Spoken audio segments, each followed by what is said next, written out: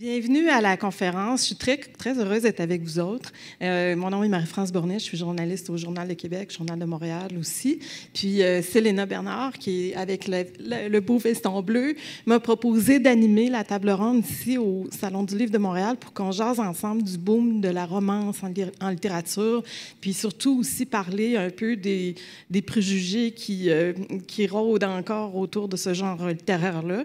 Donc, je suis très heureuse d'être avec Jean-Philippe Warren, qui est un sociologue éminent, professeur à Concordia, si je ne me trompe pas, oui, puis qui est aussi un amateur de romance, puis il lit plein de romans d'amour dans sa vie, fait que c'est le fun d'avoir un gars qui lit des romans d'amour, puis d'avoir son feedback sur ça. Je suis aussi avec Kirby, que je prononce tout le temps mal, ton nom. Kirby Messier, qui est influenceuse, qui est autrice, qui est maman de Chiclette, qui a écrit récemment Des étincelles pour Noël, qui est une romance que je vous recommande aussi. Puis Annie-Claude, que j'oublie tout le temps ton nom. Larocque. Annie-Claude Larocque, qui est éditrice et fondatrice de Édiligne, qui est une maison d'édition qui connaît pas mal de succès. Donc, puis Céléna, c'est la grande spécialiste en marketing puis en commercialisation de livres. Vous ne pouvez pas avoir une fille qui est plus top dans son domaine que Céléna. Donc, c'est vraiment le fun d'être réunis tout le monde ensemble. Fait que j'aimerais ça commencer la table ronde en demandant à Jean-Philippe. Jean-Philippe, toi qui es un sociologue, comment t'en es venu à t'intéresser au roman d'amour, puis à l'amour en littérature, puis qu'est-ce que c'est au juste que ça? Que ça. Quelle est la chose? Petite question pour commencer. D'abord, je m'excuse à nouveau d'être arrivé légèrement en retard, là. Je pensais que ça commençait à l'heure, mais ça commençait à moins le quart. On m'avait dit moins le quart, donc je pensais que j'avais 15 minutes même d'avance. Donc, vous m'excuserez. Mais oui, je suis sociologue. Je suis à l'Université Concordia, puis j'étais un lecteur de romans d'amour. J'aime aussi beaucoup au cinéma, qu'on appelle la rom-com, les comédies romantiques. Et il y a une chercheuse absolument fabuleuse qui s'appelle Marie-Pierre Luneau, qui est directrice d'un centre de recherche sur l'histoire du livre au Québec à l'Université de Sherbrooke.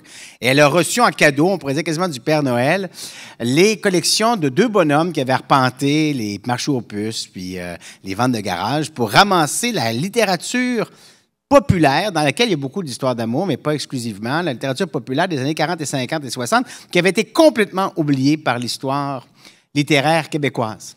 Et c'est une période absolument florissante. Il s'est publié 11 000 livres. C'est vraiment colossal. Presque 500 livres en moyenne par année. Et qui se vendaient à des chiffres qui aujourd'hui ne feraient pas lire beaucoup d'éditrices et d'éditeurs. On vendait à peu près, des exemplaires, chacun, on en vendait à peu près de 30 à 80 000 exemplaires. Hein. Donc, c'est colossal. Et ça avait été, comme je l'ai dit, complètement ignoré. Pourquoi? Parce que généralement, à l'université, mais je pense qu'on peut dire que c'est quelque chose qui est prévalent dans le reste de la société, on a généralement un mépris envers la littérature populaire et en particulier la littérature sentimentale. Pourquoi? Parce qu'on s'imagine que c'est une littérature, on appelle ça formulaïque, hein, qui est toujours écrite selon les mêmes canons, selon les mêmes standards. C'est toujours, on pense, la même histoire. Et Marie-Pierre Luneau m'a dit, viens, on va embarquer dans l'aventure d'étudier le roman d'amour au Québec, puis on va essayer de montrer au monde que c'est tout, sauf toujours la même histoire, que ça varie beaucoup, que c'est changeant, que c'est mouvant, et que si jamais on explore du 19e siècle jusqu'à nos jours l'histoire du roman sentimental, on découvre un univers absolument fascinant, et c'est ce qu'on a essayé de faire, Marie-Pierre Luneau et moi. Très super. Céléna, peux-tu nous parler un peu du boom de la romance? Qu'est-ce qu'on voit puis qu'est-ce qu'on observe en ce moment? Qu'est-ce qui se passe-t-il? Alors, est-ce qu'on peut parler de boom de la romance? Moi, je vais être toujours en décalé. C'est que la romance, en fait, c'est un genre qui a beaucoup évolué, mais qui a toujours eu beaucoup de succès. Et souvent du succès assez caché, finalement, parce qu'en effet, il y avait une certaine, par exemple, lectrice qui avait même honte de lire de la romance depuis des années, parce qu'elle se sentait des fois même jugée dans certains points de vente, elle se sentait pas forcément reconnue non plus par la presse traditionnelle, qui, voilà, on avait toujours l'image, on va dire, de la romance qui était forcément niaiseuse. Et pourtant, comme tu le dis, Jean-Philippe, ça a toujours énormément marché. Les harlequins de l'époque, c'était en effet des milliers d'exemplaires. Donc, en soi, la romance, je suis convaincue, et d'ailleurs les chiffres me donnent raison, mais que c'est un genre qui vend tout le temps, depuis des dizaines d'années. La seule chose, c'est qu'on a eu besoin beaucoup de marketing, notamment de ce que j'appelle l'innovation des genres littéraires, pour créer des fausses catégories ou des sous-catégories et de les vendre en termes marketing pour rendre la romance plus tendance ou mettre l'accent sur certains types de romances. Donc d'abord, il y a eu, si je prends les... Allez, depuis que j'ai commencé, ça fait 15 ans que je suis dans l'édition. Il y a 13 ans, je donnais déjà des formations à des libraires sur la romance au Québec. Il y a eu des moments où on a dû cacher la romance pour la faire accepter. Je me rappelle notamment de l'époque de Twilight, notamment, avec Fascination. Il y avait, par exemple, une des premières innovations en termes de genre littéraire, ça je mets genre comme ça.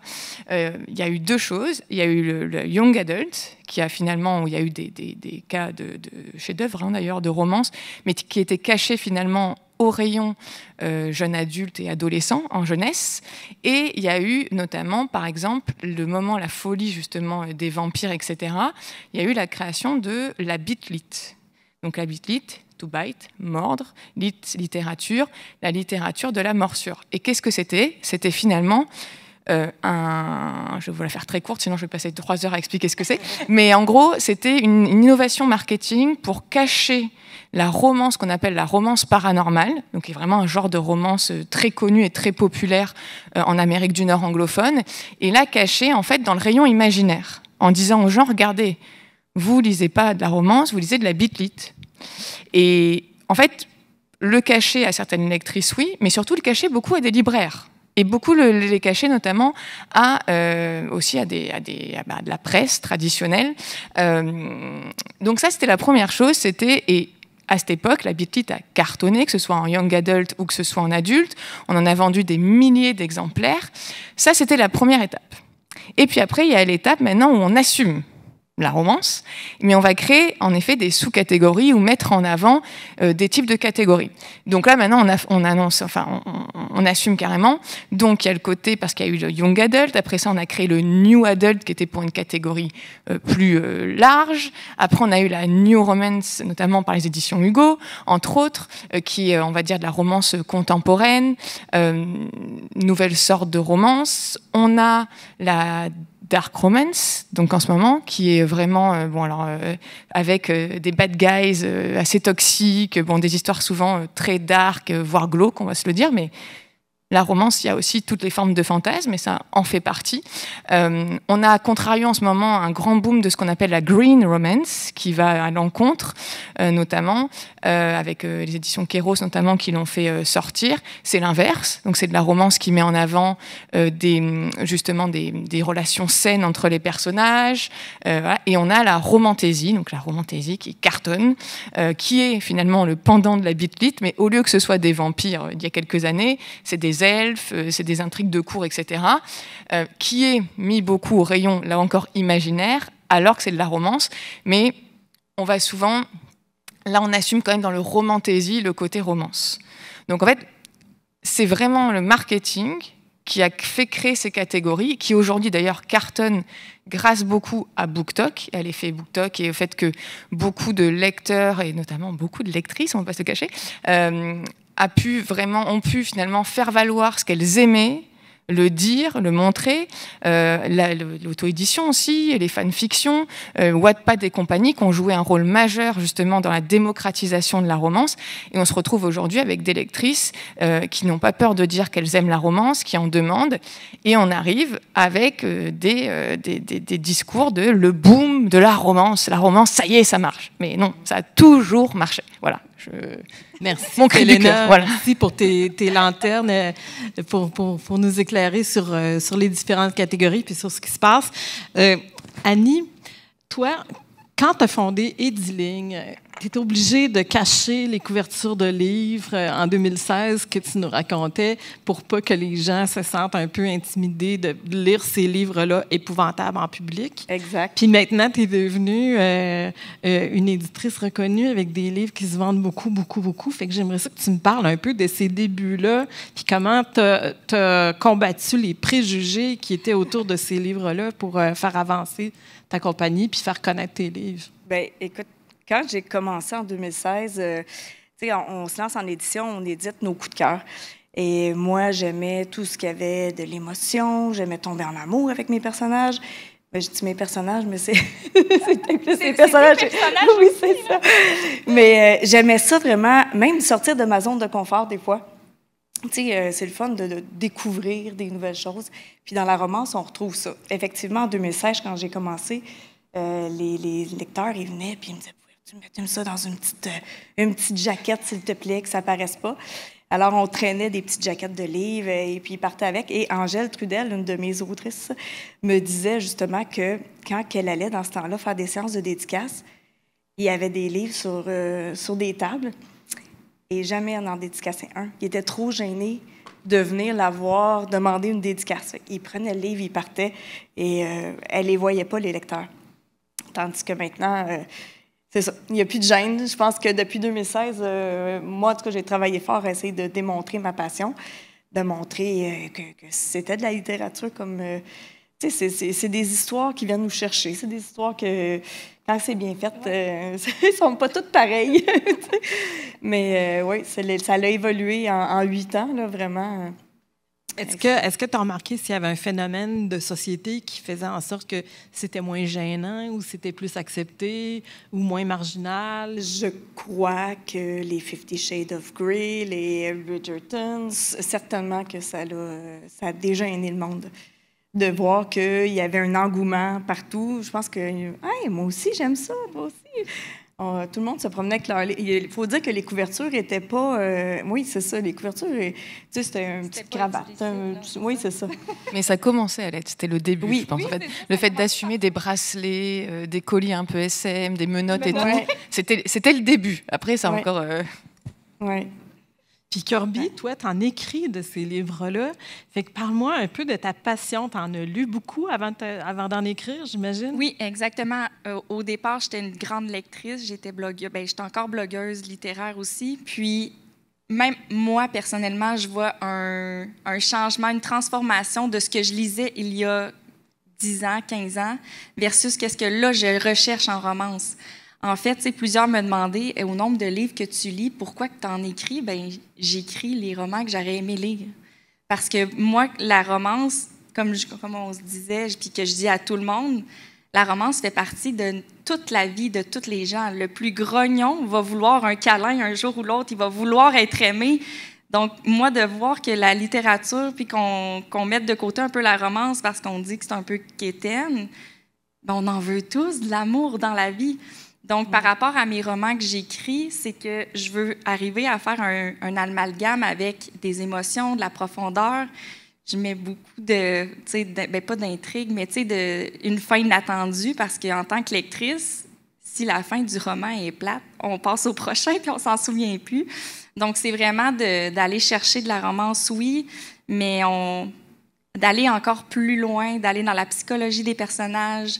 Donc, c'est vraiment au fil du temps, j'ai l'impression que par rapport à la romance, bien, on a évolué en tant que lectrice aussi, d'aller chercher vraiment plus en profondeur, d'aller chercher des situations qui nous tordent un peu le cœur, puis qu'on se dit « Caroline, j'ai eu mal, mais j'ai tellement aimé ma lecture. » Donc, c'est vraiment de transformer... la romance évolue, j'ai l'impression, par rapport aux années, à ce qu'on vit aussi.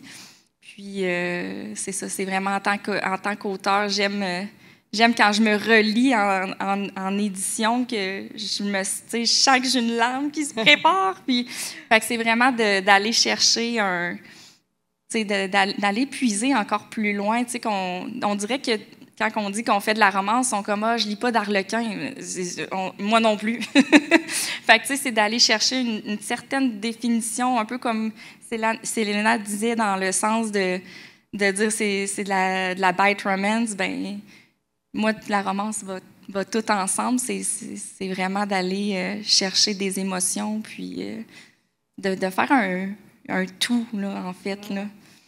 Mais probablement aussi le fait d'avoir des sous-genres fait en sorte que le lecteur aussi peut savoir est-ce que c'est justement pas tout pareil. T'sais. Il y en a plusieurs sortes. T'sais. Si on veut aller chercher de la dark, c'est sûr que s'il est bien identifié pour le lecteur, c'est peut-être plus simple. Peut-être qu'avant, il y avait moins ça aussi. C'était que de la romance. Ça dépend parce que tu vois, Harlequin, à l'époque, dans les années 60-70, ils avaient déjà beaucoup de collections en fait, préétablies. La fameuse collection Azur, par exemple, bleue, la collection Passion bien rouge. Au contraire, ça avait toujours été très justement normé en fonction de collections. Je pense vraiment que c'est la place que le genre a pris aussi en librairie au fur et à mesure, la démocratisation et le fait que le public a fini par dire en fait voilà ce qu'on veut, tu vois. Puis après avec le marketing, etc., ça a évolué. Mais au départ, par exemple, les éditions Harlequin, ça a toujours été impressionnant parce que c'était une énorme machine marketing avant l'heure. Ils avaient déjà leur collection préétablie. Et l'objectif justement des Harlequins, c'est que ça se vendait que dans les hypermarchés. Donc justement, c'est là aussi qu'on voit le fameux archétype de les libraires qui n'aiment pas Harlequin, mais parce qu'au départ, ça ne se trouvait pas en Harlequin. Enfin, non, les Harlequins se trouvaient en Harlequin, bien sûr. Les Harlequins ne se trouvaient pas en librairie. Et pourquoi ? Parce que c'était en fait, c'était super intelligent, cela dit. On parle de l'époque où les femmes étaient beaucoup au foyer. Et donc, en fait, les femmes, leur lecture doudou, ce qui leur permettait finalement de s'évader, c'était la romance. Et en fait, il y avait deux dates de parution, le 1er du mois et le 15 du mois. Il y avait vraiment un calendrier prédéfini avec, tu savais que le 1er du mois, tu avais 3 passions, il y avait même la collection blanche qui était en fait Grey's Anatomy avant l'heure qui se passe dans les hôpitaux, par exemple. Et en fait, les lectrices se redonnaient rendez-vous ni vu ni connu. En fait, elles allaient faire leurs courses alimentaires et en fait, elles ne regardaient même pas ce qu'elles achetaient. C'est-à-dire qu'en fait, elles prenaient leurs 3. Et d'ailleurs, tout le merchandising, entre guillemets, de la grande distribution s'est fait autour d'Harlequin. D'ailleurs, c'est pas pour rien qu'encore aujourd'hui, même si c'est un peu moins, il y a beaucoup de trucs marqués Harlequin en Walmart, vous regarderez, parce que c'est ça. Et donc, c'était déjà très, très, très normé, parce que c'était... Voilà. Mais ce n'était pas en librairie. Et ça a tout changé après quand c'est arrivé en librairie. C'est intéressant, Jean-Philippe. J'aimerais ça savoir, toi qui es sociologue, qui étudie les mœurs de notre société, qu'est-ce que ça dit d'une société, le fait que des livres comme ça, qu'on les lise en cachette, comme tu disais, un peu Annie-Claude, puis que ça soit un peu caché ou un peu mal vu, puis que là, bien, au contraire, ça commence à être plus...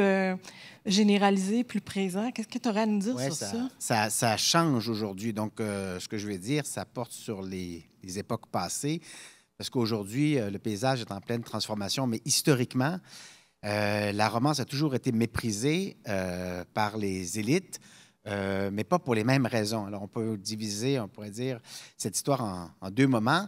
Dans le deuxième moment, j'ai commencé par le deuxième, non pas pour le premier, mais dans le deuxième moment, ce qu'on voyait, c'est une littérature qui était relativement conservatrice et qui enseignait des valeurs qu'on croyait d'un autre âge, c'est-à-dire la passivité puis la soumission pour les jeunes femmes, parce que la romance traditionnelle, elle a cette caractéristique de poser un personnage principal, c'est-à-dire l'héroïne, mais de lui donner à peu près aucune agentivité. Son sort dépend toujours des autres et elle est d'autant plus portée à rechercher le secours d'un preux chevalier qui va devenir son fiancé puis plus tard son mari, qu'on la montre démunie et abandonnée. Donc, on va dire, c'est la damsel in distress. Donc, on va dire qu'elle est, par exemple, elle est orpheline, elle pratique un petit métier qui ne lui donne pas beaucoup d'argent, elle est probablement autour d'elle potentiellement agressée par des figures malveillantes, son beau-père la reluque, etc. Donc, on fait le portrait d'une jeune femme qui a vraiment besoin d'être aidée.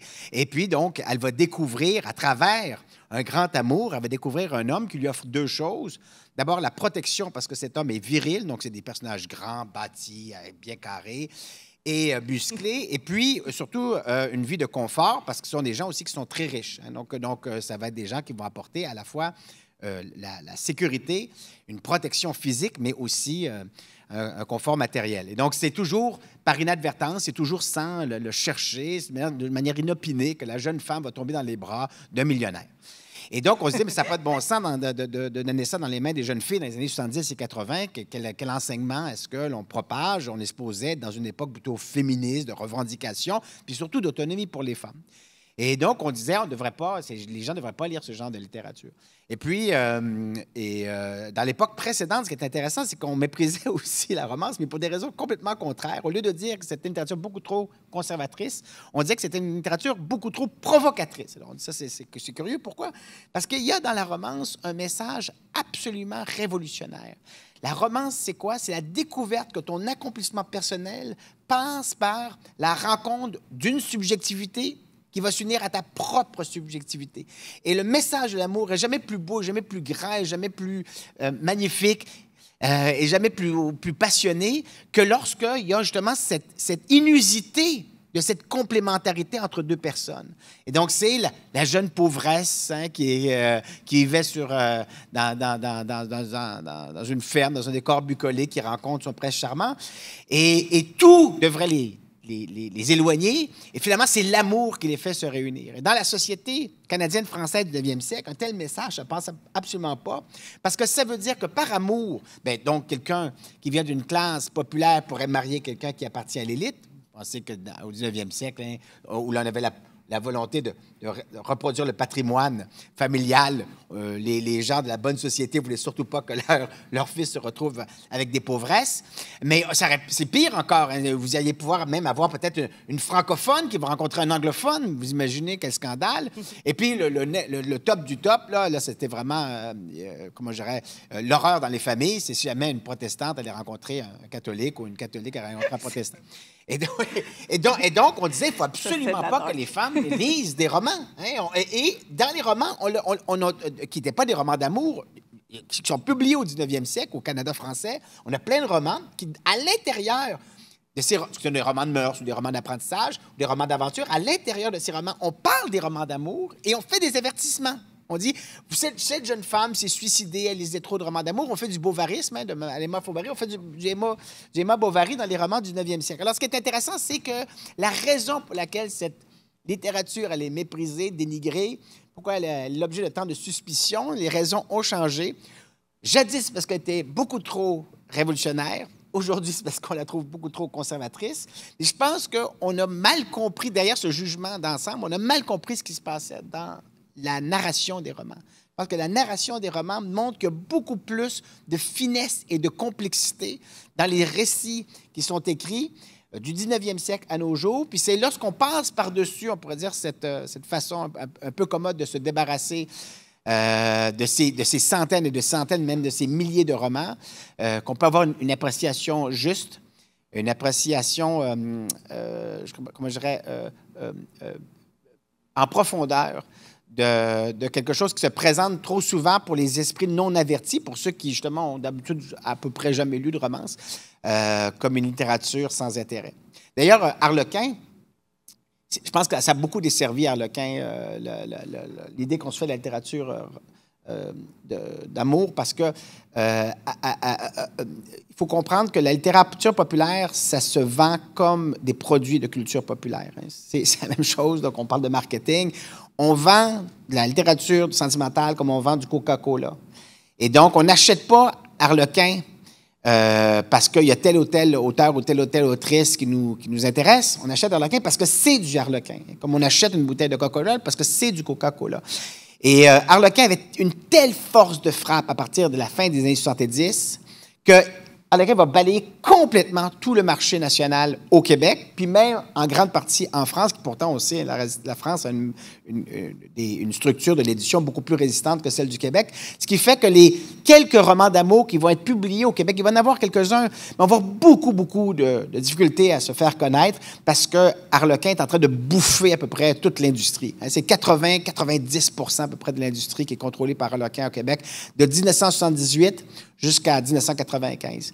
Et donc, je pense qu'une raison pourquoi aujourd'hui, on apprécie peut-être mieux la littérature sentimentale, c'est qu'on arrête de dire, puis moi je l'ai entendu longtemps, je ne sais pas si vous l'avez entendu, « Oh, c'est du Harlequin ». On commence à comprendre que la forêt Harlequin cachait beaucoup d'arbres. Hein. Des fois, on dit les arbres cachent la forêt, mais là, c'est le contraire. C'est la forêt Harlequin qui cachait beaucoup des arbres. Et que pour qui s'intéresse vraiment à la littérature sentimentale, c'est une infinie diversité de récits et d'histoires qu'on y retrouve. Mais d'ailleurs, ils se sont repositionnés, hein, parce que maintenant, ils font du grand format, en effet. Il y a quelques collections qui perdurent pour le lectorat vieillissant, parce que c'est le cas, et qu'elles ont toujours eu l'habitude de... Mais en effet, même eux, en fait, maintenant, c'est HarperCollins, ils disent moins Harlequin. Ouais. J'aimerais ça savoir, Kirby, comment toi, comme autrice, tu perçois ce que Jean-Philippe a dit à propos des clichés, si on veut, ou des préjugés de la pauvre fille qui est sauvée par un preux chevalier. Puis, c'est-tu ça encore? C'est ça. Je vais faire une petite parenthèse dans le sens que j'ai la chance d'être publiée avec Hugo Roman, qui sont une grosse maison d'édition française, puis qui publie justement de la nous-romance. Et c'est là que moi, je me sens bien, parce que justement, au Québec, je trouve qu'on a encore justement trop d'histoires qui incluent la pauvre petite femme en détresse très maladroite, puis que peu importe ce qu'elle fait, l'homme la trouve tellement adorable. C'est pour ça que, par rapport à, en tant qu'auteur, je me fais un devoir quasiment de faire comme... Je veux des émotions, je veux des femmes fortes. T'sais, tous mes personnages, mes histoires, puis c'est ça que je recherche en tant que lectrice. Je veux des femmes fortes, je veux que l'homme travaille aussi. T'sais, c'est dans le sens que, justement, avec le Harlequin, on a été habitué à ce genre de style littéraire-là. Tu pourrais le dire aussi par rapport aux maisons d'édition québécoises, ça n'enlève rien du tout. C'est juste qu'en tant qu'auteur, je me trouve très chanceuse d'avoir une maison d'édition qui me fait confiance dans le sens qu'on va plus loin que de la femme en détresse qui attend son preux chevalier, parce qu'il y en a encore beaucoup. Puis, en tant que lectrice, je veux qu'on aille plus loin, je veux qu'on puise dans les émotions, dans les sentiments, dans les passés troubles, mais je veux que la femme reste forte, parce que c'est ça, tu sais, qu'on se bat depuis des années en tant que femme, c'est de revendiquer notre droit, de montrer qu'on est capable de travailler autant que l'homme. Donc, en tant que lectrice et auteur, ben c'est sûr que c'est ça. Je veux que mes protagonistes donnent comme message. C'est que oui, on veut de l'amour, oui, on veut que l'homme et la femme tombent en amour, mais c'est pas parce qu'elle fait pitié. Ouais. Annie-Claude, si tu me permets, Annie-Claude, je veux savoir, toi, ton point de vue comme éditrice, as-tu le sentiment que les personnages des romans qui te sont présentés sont plus assumés? Puis justement, est-ce qu'on est encore dans la nunuche ou bien si on prend les choses t'es choisi en main? Oui, c'est ça! On en reçoit encore, c'est sûr. Là. Il y a toujours la petite pauvre qui est donc prise par le preux chevalier. Mais, ce qui est très bien aussi, moi j'en lis. Non, mais j'en lis. C'est correct. Mais il n'y a pas que ça, c'est ça. Mais oui, il y a les femmes fortes, mais il y a aussi les hommes forts. Il faut dire quand même, on aime ça. Un petit homme chétif, c'est plate un peu. Il y a souvent un dent droite. Puis des yeux. Puis bien musclé. Oui, c'est le menton bien défini. Oui, c'est ça, mâchoire carré, là, on aime bien ça. Mais oui, tu sais, les espèces de pattern, là, si je veux dire en bon français, là, ça reste quand même, on en voit souvent. C'est sûr que la dark romance a peut-être fait en sorte que la femme va être plus forte, va prendre sa place. Mais il y a plus de trucs dégueulasses dedans, mais c'est quand même très différent de la romance New Romance, l'érotica ou des trucs comme ça. Tu sais, dans nos meilleurs vendeurs, c'est vraiment la dark romance qui prône quand même beaucoup, avec d'autres livres qui nous fait broyer. Tu sais. Intéressant. Puis j'aimerais ça, Selena, que tu nous parles des genres qui vont plus loin dans d'autres univers, comme en romantasy, par exemple, parce que là, c'est des univers fantastiques ou surnaturels un peu qui interviennent. On n'est pas dans un cadre classique, si on veut. Fait que j'aimerais ça que tu nous expliques c'est quoi, puis comment ces personnages-là sont codés ou codifiés ou comment ça marche? Oula, c'est une bonne question. Merci. Il y a quand même... En fait, pour moi, il faut dissocier la romance au sens classique du terme, qui a des codes, qui est vraiment normé. Donc, normalement, une romance finit toujours bien. Normalement, si on demande ce qu'est une romance, alors après, maintenant, il y a des choses qui ont évolué. Maintenant, on tombe dans des choses qui s'appellent, je suis désolée, ça s'appelle la fiction féminine ou women's fiction. Voilà, ça s'appelle comme ça. Donc, c'est vraiment, finalement, pas forcément les mêmes choses, mais aujourd'hui, ça peut se côtoyer, on va dire. Pourquoi je vous dis ça? C'est parce que la romance, elle est extrêmement... Romance au sens vraiment stricto sensus, elle est extrêmement normée. Elle a des codes en termes de personnages, en termes d'intrigue. En fait, écrire, par exemple, un roman harlequin, comme on le verrait, c'est ce qu'il y a de plus dur en édition. Puis ça, c'est connu, là, c'est tellement normé, et les lectrices attendent tellement quelque chose. En fait, il n'y aura pas d'essai. Vous allez écrire pour des gens qui s'y connaissent limite mieux que vous. Donc vous pouvez potentiellement vous en prendre plein la figure si ça ne correspond pas. Et pourquoi je dis ça? C'est parce que dans ce cas-là, il y a toujours quelque chose, c'est que la romance est au cœur, et tout le reste après, tout ce qui englobe, finalement, ça va être que des univers qui vont faire évoluer l'histoire d'amour. Donc tu as l'historique, par exemple, avec des Darcy, par exemple. Notamment, il y a eu un moment donné avec la romance, avec plein de revisites de Darcy. Alors, on a Bridget Jones en contemporain, mais on a en Chick lit, mais pas que. Il y a la romance paranormale, il y a du vampire, mais en fait, le vampire n'est que un prétexte à l'histoire. On va avoir notamment le schéma classique d'une confrérie de vampires avec un tome, avec un couple différent qui se croise par... Ça, c'est des schémas classiques de romance. Et après, vous allez retrouver votre personnage préféré dans le 3e livre, quand le nouveau couple côtoie l'ancien dans la même confrérie, etc. Donc là, c'est vraiment des choses où tu peux avoir avec du policier. Vraiment, en fait, tous les genres littéraires, entre guillemets, tu peux croiser vraiment du policier dedans. C'est juste que l'histoire d'amour restera toujours centrale, finira toujours bien. Voilà. Maintenant, dans tout ce qui est, on va dire, romance, on se permet de dire maintenant qu'il y a des bouquins qui sont de la romance, même si ça finit mal, même si c'est différent. C'est très marketing quand même, mais bon. Je veux dire, la romantaisie, c'est vraiment une romance, pareil, qui est centrale, finalement, et qui se passe dans un univers avec des fées, des elfes. Alors ça me fait rire parce qu'il y a du vampire qui revient, donc comme quoi tout n'est qu'une histoire de marketing, parce qu'il fut un temps on aurait appelé ça de la bitlit, maintenant ça va être de la romantaisie. Et en fait la différence c'est qu'il y a beaucoup d'intrigues de cour, comme en fantaisie. Donc ça va se passer dans des palais, le palais d'Épine par exemple, ça va se passer dans... Voilà. Après la dark romance, on va vraiment tomber, si on parle par exemple de Captive, chez Hachette, qui a été numéro 1 des ventes, a vendu des milliers d'exemplaires et qui avait fait des millions de vues sur Wattpad. Là, ça va être vraiment, je crois que c'est un gang de motards, avec vraiment dans des choses très glauques, avec du trafic d'humains, etc. Voilà. Et après, tu as d'autres éléments qui tournent autour. Ça, tout dépend, en fait. Tu as vraiment une multitude de types de romances en fonction de tous les genres peuvent croiser la romance. Je ne sais pas si j'ai vraiment répondu à la question, mais... Ben, moi, je trouve ça très intéressant parce que ça nous éclaire sur des nouvelles avenues ou des nouveaux genres aussi, puis de voir jusqu'où ça peut aller. Puis je constate que ça sort du cadre harlequin qu'on pouvait peut-être avoir comme idée ou comme grande idée. Puis je voulais savoir, Jean-Philippe, tu lis des centaines et des centaines de romans d'amour pour ton travail. Puis qu'est-ce que tu trouves... qui est leur qualité principale? Pourquoi ça pogne autant que ça? Bien, ça pogne autant que ça parce qu'on en a besoin. Hein. Il y a une recherche de l'amour pour chaque individu.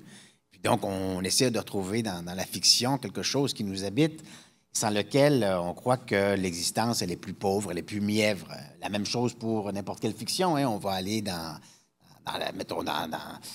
les James Bond, pour certaines personnes qui aiment les films d'aventure ou les romans d'aventure, c'est parce qu'ils se disent que leur vie est un peu monotone, puis là, je me projette dans des histoires où les gens se parcourent la planète et réussissent à sauver le monde d'une grande catastrophe. Donc, il y a toujours ce besoin-là qui nous habite, qu'on retrouve dans la fiction. La fiction, par ailleurs, nous offre autre chose. Elle nous offre des codes, hein, des codes pour agir en société. C'est pas juste une évasion, c'est aussi une façon de comprendre comment se comporter dans des situations concrètes. La romance, elle est pleine d'indications pour savoir comment rencontrer l'âme sœur, quoi faire lorsqu'on l'a rencontré, qui fait les premiers gestes.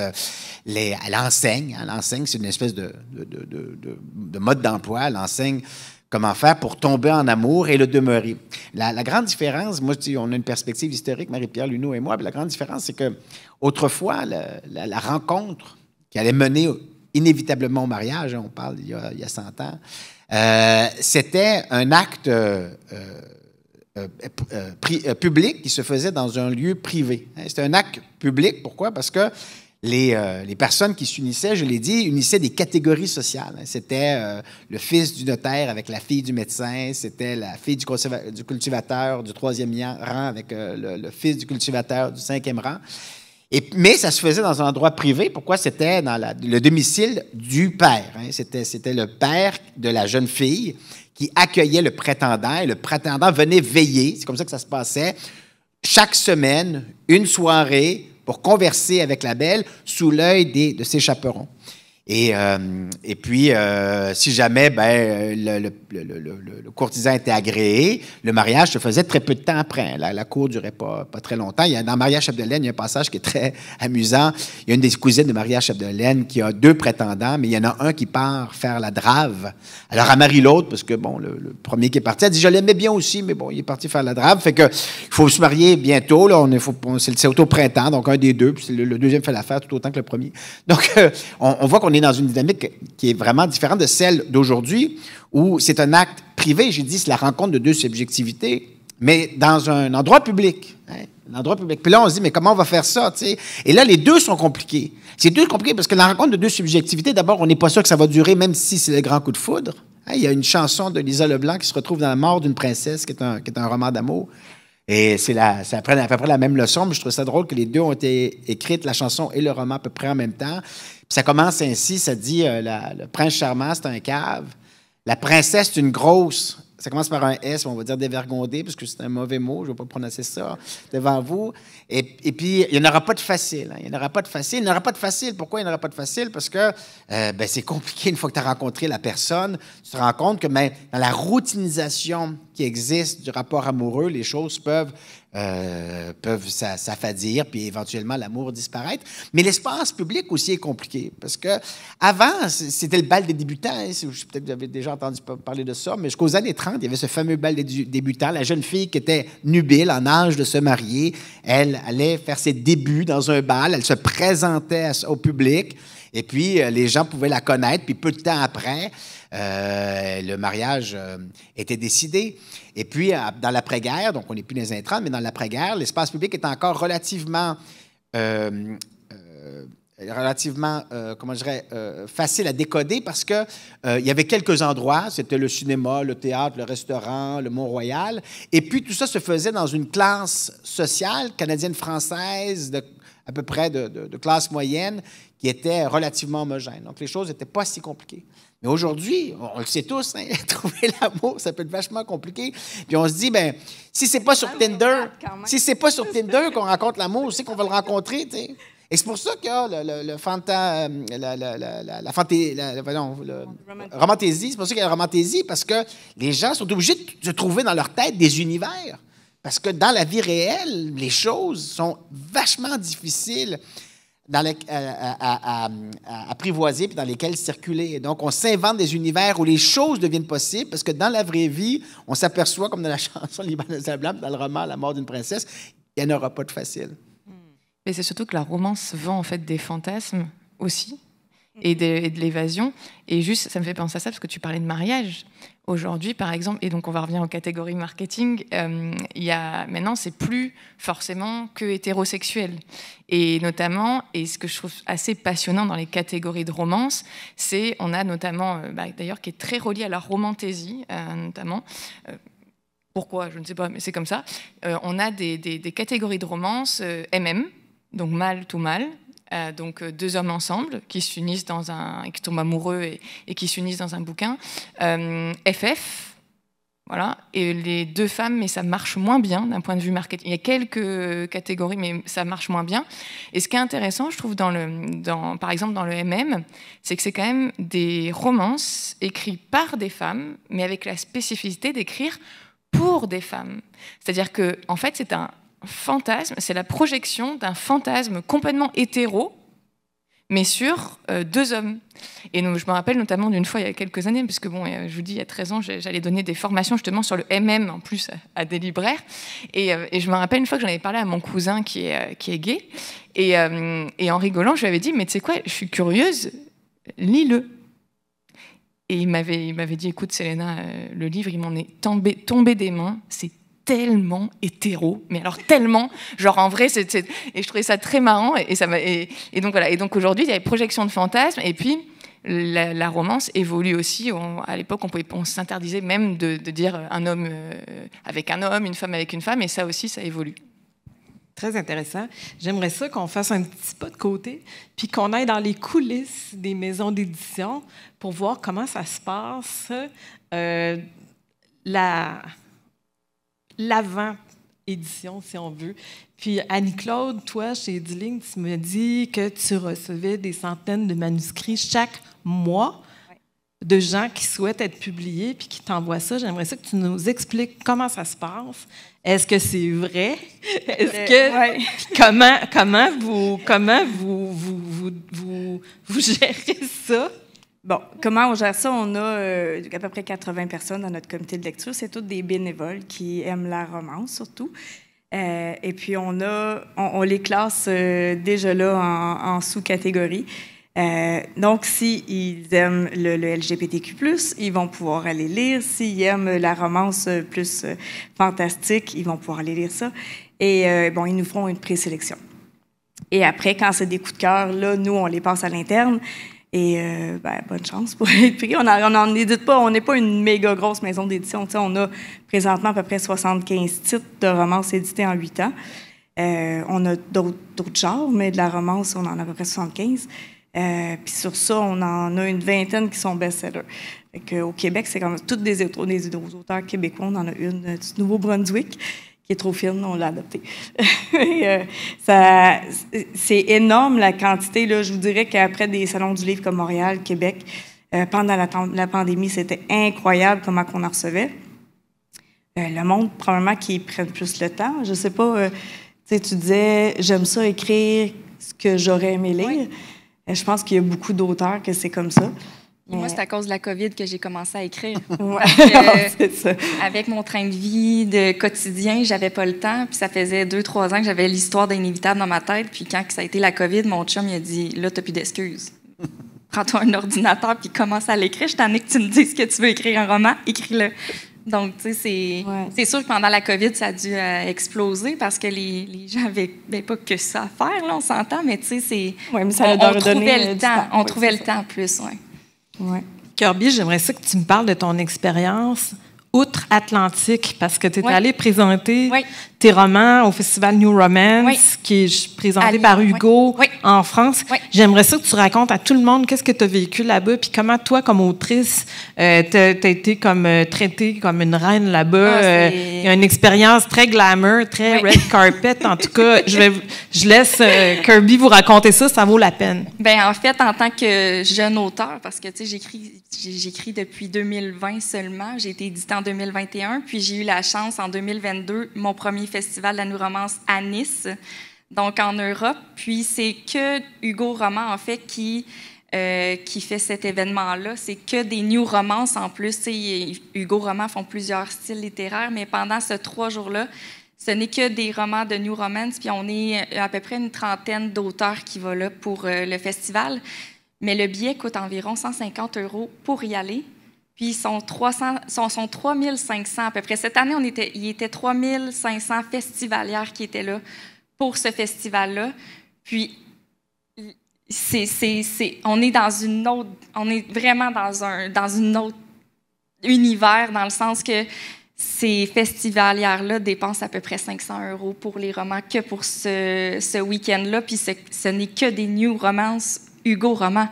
Donc, c'est que pour cette maison d'édition-là, puis ils patientent. Ils peuvent attendre. À Nice, il y a des gens qui avaient attendu 6 heures pour voir Morgane Moncomble. Donc, la plupart attendent en moyenne 1 heure à 3 heures pour voir une auteure. Donc, c'est en tant qu'auteure québécoise, vivre cette expérience-là en un week-end dédicacé, voir à peu près 300 personnes, pour moi qui, au Québec... il n'y a pas de fil à mon stand. Là, j'avais une file.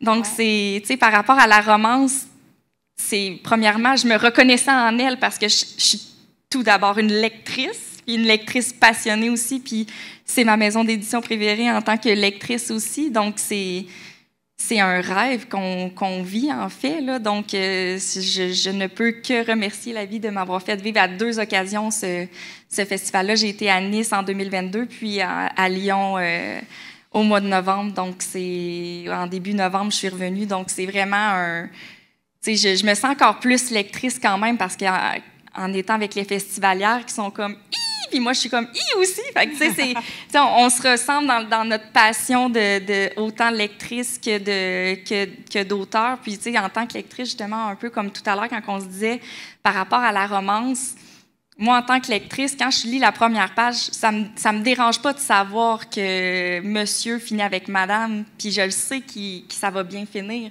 C'est ce qu'on vit pendant ces pages-là qui nous fait vibrer.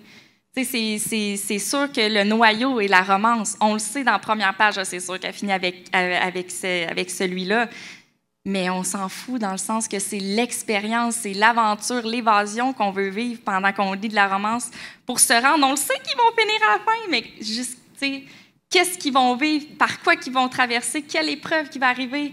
Des fois, tu es au milieu puis tu te dis, OK, là, ça va bien. Qu'est-ce qui arrive? Qu'est-ce qui va arriver pour que ça l'éclate? Parce qu'on est juste au milieu du livre, c'est sûr qu'il arrive quelque chose. Fait que, on peut partir à zéro dans du prévisible, mais quand on lit, on veut vivre des émotions jusqu'à la fin. En romance, c'est un peu ça. On veut que ça finisse comme on pensait au départ, mais c'est de vivre les expériences. Mais par rapport au festival, c'est une chance inouïe. Mais je veux juste rajouter quelque chose là-dessus que dit Kirby, que je trouve important à souligner, c'est qu'on s'imagine qu'il n'y a pas de suspense parce qu'on connaît la fin du roman. Mais il y a un suspense, comme tu le dis, dans la traversée de ces récits dont on connaît déjà la fin. C'est l'inverse des romans de détective. Les romans de détective, on connaît les moyens, mais on ne connaît pas la fin, puisqu'on connaît le crime, mais on ne connaît pas comme le coupable. Là, c'est l'inverse. On connaît à quelque part les coupables, on connaît la fin, mais on ne connaît pas les moyens. Puis tout le suspense, c'est là. Puis moi, personnellement, je trouve ça encore plus lourd d'émotions, ou comme je dirais, fort d'émotions, d'espèce de ce roller coaster là, tout au long du roman que les romans de détective que j'ai pu lire dans ma vie. Bien, c'est ça, parce que, tu sais, en roman, ça va faire ça comme ça. Tu sais, quand on lit un roman policier, on commence ici, puis là, on dirait que c'est plus une ascension qu'en romance. Tu ris parce qu'ils sont charmants les deux ensemble. Après ça, tu pleures parce qu'il est arrivé quelque chose. Fait que, tu sais, c'est trompé. Oh.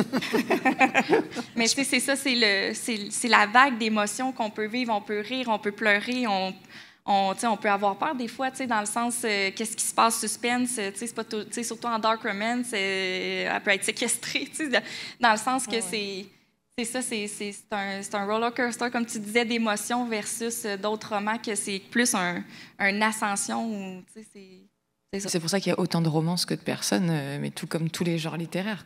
Tu as des gens qui ne supportent pas la dark romance, parce que ça peut être très dur à lire, et d'autres qui vont adorer. Et voilà, c'est ça qui fait la diversité, justement, de la romance. C'est ça, ils partent tous du même noyau. Ils ont des saveurs différentes. Mais dis-moi si je me trompe, tu sais, ton festival en France, on voit que les Français sont vraiment... Tu sais, on parlait d'Arlequin qui n'était pas nécessairement attiré par l'auteur, tandis que, en tout cas au Québec, je pense qu'ils sont fans finis. Quand ils vont aimer un auteur et dès qu'il y a un nouveau truc qui sort, ils sont là et ils sont présents. Ils viennent dans les salons partout, oui, c'est incroyable. Oui, mais en France aussi. Ben en France, je trouve que c'était encore... Tu sais, comme à Nice, mon roman sortait pour Nice. Il y a personne... Il sortait pour le festival, puis moi, j'étais là en me disant... je vais parler avec mon éditrice parce qu'il n'y a personne qui me lit, personne ne va venir me voir. Puis finalement, tu sais, ils sont ouvertes à la découverte. Ils investissent dans la littérature encore plus qu'au Québec, je trouve. Tu sais, les festivalières qui attendent dans le file d'attente pour acheter 20 livres d'un coup, puis c'est la 3e fois qu'ils y vont. Tu sais, des festivalières qui achètent 30, 40 romans pendant ce week-end-là. J'en ai une à Nice, je m'en souviens encore. Je me souviens encore de son nom. Elle dit « J'ai plus de sous.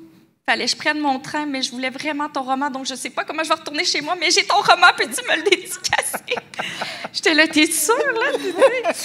Fait que, tu sais, c'est comme à un niveau encore plus élevé, puis pour moi, je suis juste reconnaissante parce que, tu sais, en tant qu'auteur, sans ces lectrices-là qui ont cet amour-là pour ce style littéraire-là, qui sont présentes puis qui nous suivent, je peux qu'être reconnaissante parce que sans ces lectrices-là, ben mon travail, c'est ça.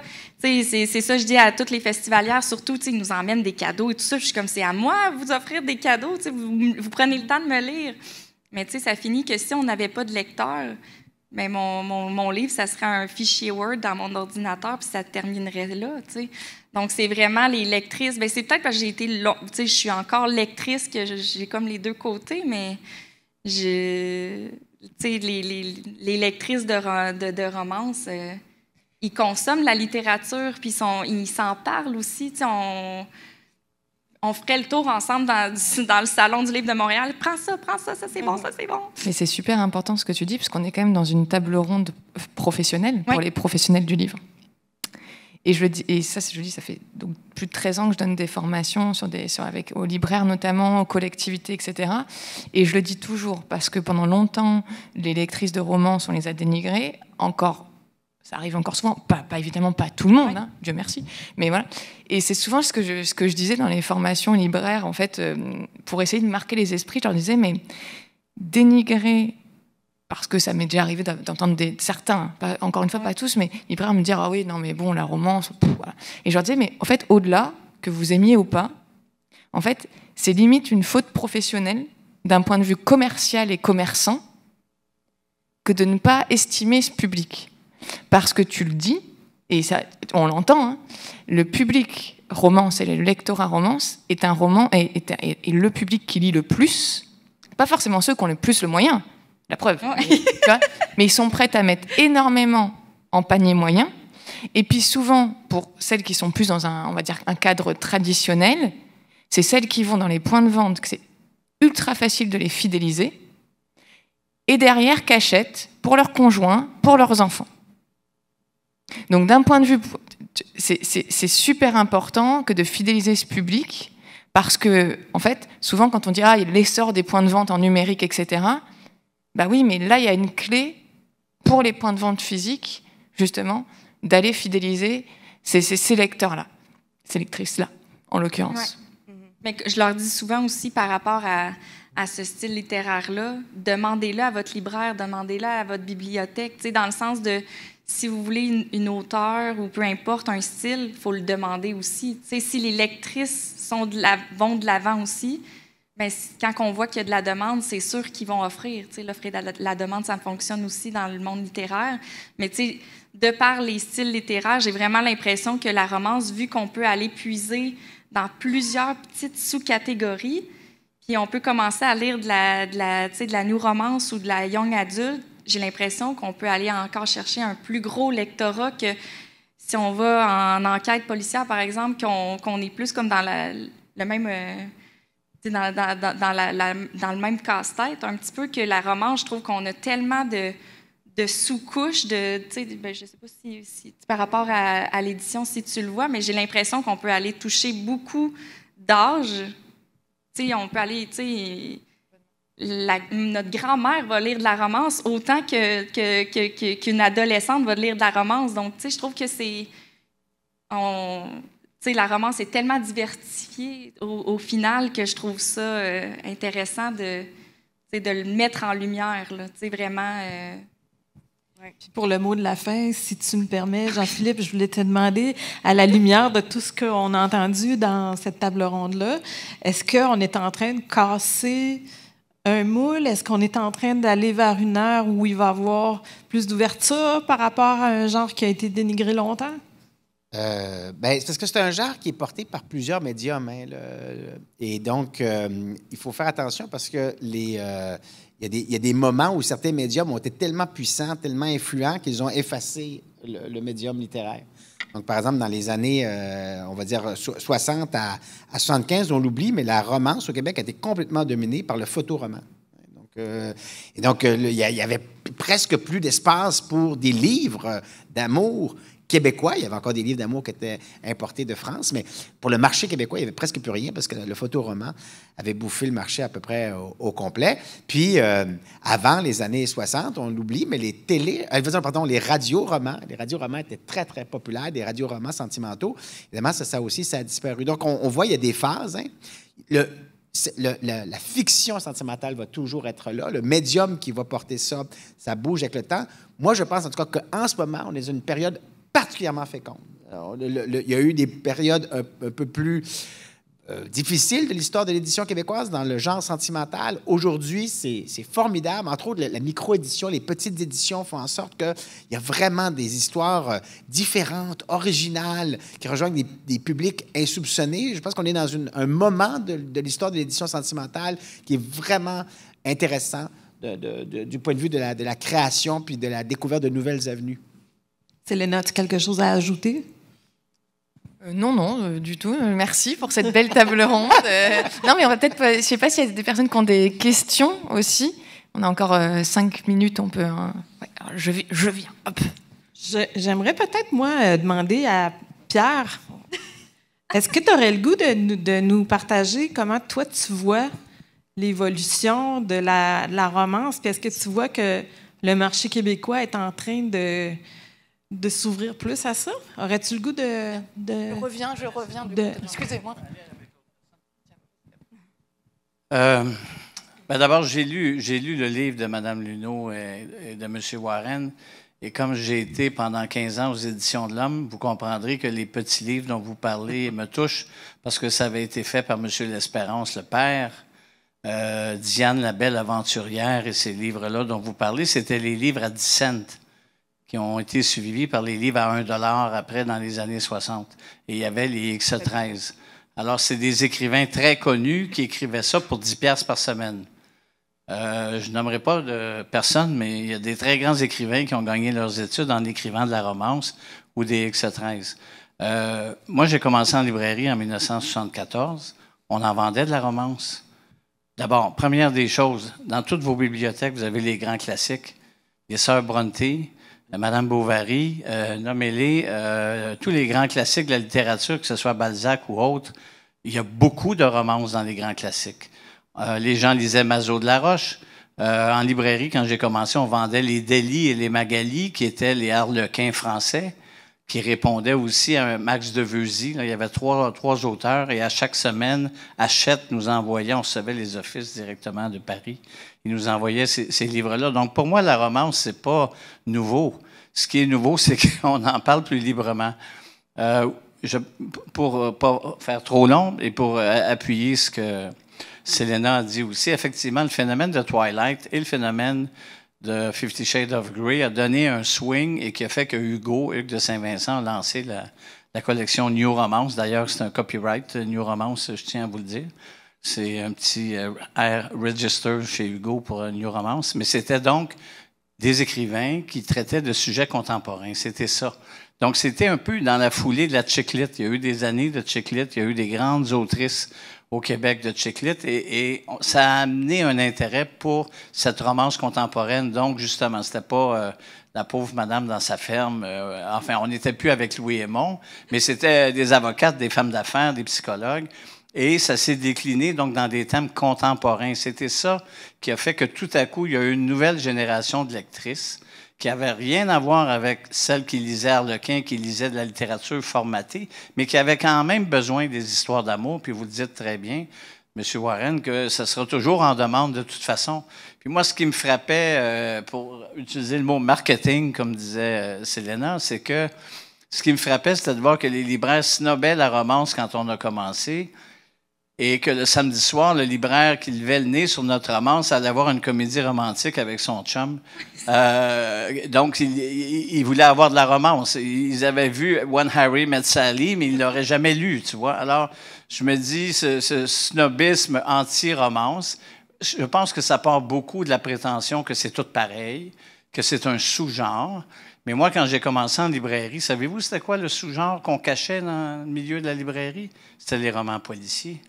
C'était de la sous-littérature. Le grand spécialiste au Québec, le frère Allard, qui travaillait à la centrale des bibliothèques, il avait publié un livre qui s'appelait « Les paralittératures ». C'était pas des vraies littératures. Allez dire ça à Patrick Sénécal aujourd'hui. Vous rentrez dans une librairie, 80% des couvertures sont noires parce qu'on a juste du polar partout. Puis moi, j'ai commencé en librairie où c'était très marginal. Donc, je vis ce même phénomène avec la romance où il y a eu des années où on la cachait un peu. Et aujourd'hui, je pense que la romance est sortie du placard. Et les genres littéraires... évidemment, on a parlé de genre, mais tu sais, la romance psychologique, le romantic suspense, etc. Je veux quand même juste dire une chose. J'ai lu une étude qui a été faite en France sur la romance, très, très, très, très récente, et qui confirme l'intérêt de ce genre. Il y a 5 ans, il y avait 41 maisons d'édition françaises qui faisaient de la romance. Cette année, il y en a 71. Alors, c'est signe que tout le monde s'y est mis. Hein? À une époque, c'est pareil dans le young adult, c'était ça, en science-fiction, c'était ça. On a vu le phénomène dans tous les genres littéraires. Quand 71 maisons d'édition se mettent à faire quelque chose, c'est parce qu'il y a vraiment une demande et un besoin. Et donc, on est content d'avoir été dans les premiers à le faire puis de représenter cette maison-là. L'autre chose que je voulais dire, moi, qui dans tout ce que j'ai vu récemment qui m'a frappé, c'est que cette étude dont je vous parle dit que ils ont évalué, quand j'ai commencé pour Hugo en 2016, on me disait, oui, c'est les madames de banlieue. Oui, c'est pas Montréal, c'est en banlieue. Ah oui, à Lévis, c'est la plus grosse section de romance chez Renaud-Bré à Lévis. Donc, c'est les madames de banlieue. Hey, c'était les madames, dit comme ça, de banlieue, double insulte, hein, qui lisaient de la romance. Alors qu'aujourd'hui, on le voit, les jeunes ont adopté ce genre-là et le phénomène des booktalkers, c'est extraordinaire parce que c'est des lectrices qui parlent aux lectrices. Et ça a changé complètement la dynamique parce que c'est une maison d'édition qui se porte un TikTok va avoir 2000 abonnés. Une jeune lectrice qui parle des livres qu'elle aime va avoir 20 000 abonnés. Alors, les jeunes, ils veulent entendre parler de d'autres jeunes qui lisent les livres. Et le phénomène qui me frappe le plus, puis je vais arrêter après ça, c'est la dark romance qui, pour moi, est un genre où on met une étiquette pour le lecteur averti sur nos livres, puis même on met un jaspage noir pour bien dire que c'est de la dark romance. Le phénomène, c'est que ce sont les plus jeunes qui lisent la dark romance. La new romance, c'est une clientèle qui va des jeunes jusqu'aux personnes plus matures.